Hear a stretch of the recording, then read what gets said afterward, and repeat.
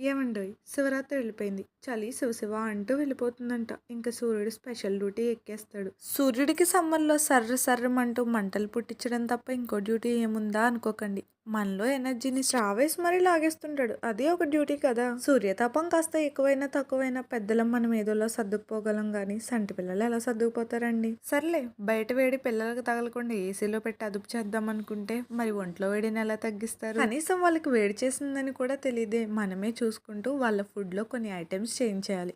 అలా చేస్తే కనుక ఆటోమేటిక్‌గా ఈ సూర్యతాపాన్ని తట్టుకుని ఎలాగో ఈ వేసవిని దాటేస్తారు. 3 ఏళ్ళు చూస్తే తర్వాత హాయిగా వాళ్ళే పెరిగిపోతారులెండి. ఈ సంవత్సరం ఏదో ఇంత ధైర్యంగా చెప్తున్నాను కానీ క్రిందటి సంవత్సరం కింద మీద పడిపోయాను. వీడికి వేడి చేసినప్పుడు ఏం చేయాలా అని. డాక్టర్ దగ్గరికి తీసుకెళ్ళి టానిక్ కూడా రాయమన్నాను. కానీ ఒక డాక్టర్ నా కళ్ళు తెరిపించి ప్రతిదానికి మందులు వాడకూడదమ్మా. మనం తినే తిండిలో కూడా మార్పులు చేసుకుంటే సరిపోద్ది అని చెప్పారు. ఇంకా నా తెలివిని ఉపయోగించి నానా రకాల ప్రయోగాలు మొదలుపెట్టి చిన్న పిల్లల బాడీలో వేడిని తగ్గించే రెసిపీస్ అన్నీ నేర్చుకున్నా. దీంట్లో కొన్ని నా సొంతవే ఉంటాయి. ఆ రెసిపీస్ అన్నీ నేను మీతో షేర్ చేస్తాను. ఖచ్చితంగా ఇవి వర్క్ అవుతాయి. ఎవ్రీడే ఇదే టైంకి 10:15 AM ఒక రెసిపీ నేను మీతో షేర్ చేస్తా. దాంట్లో మీకు తెలిసినవి ఉండొచ్చు, తెలియనివి ఉండొచ్చు.